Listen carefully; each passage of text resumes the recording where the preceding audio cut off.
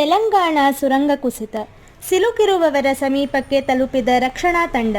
ಹೈದರಾಬಾದ್ದ ಶ್ರೀಶೈಲಂ ಎಡದಂಡೆ ಕಾಲುವೆ ಯೋಜನೆಯ ಸುರಂಗದ ಒಂದು ಭಾಗ ಕುಸಿದು 24 ಗಂಟೆಗಳು ಕಳೆದಿದ್ದು, ಸುರಂಗದೊಳಗೆ ಸಿಕ್ಕಿಬಿದ್ದ ಇಂಜಿನಿಯರ್ಗಳು ಮತ್ತು ಕಾರ್ಮಿಕರಿಗೆ ರಕ್ಷಣಾ ಕಾರ್ಯಾಚರಣಾ ತಂಡ ಹತ್ತಿರವಾಗಿದೆ ಎಂದು ಅಧಿಕಾರಿಗಳು ತಿಳಿಸಿದ್ದಾರೆ.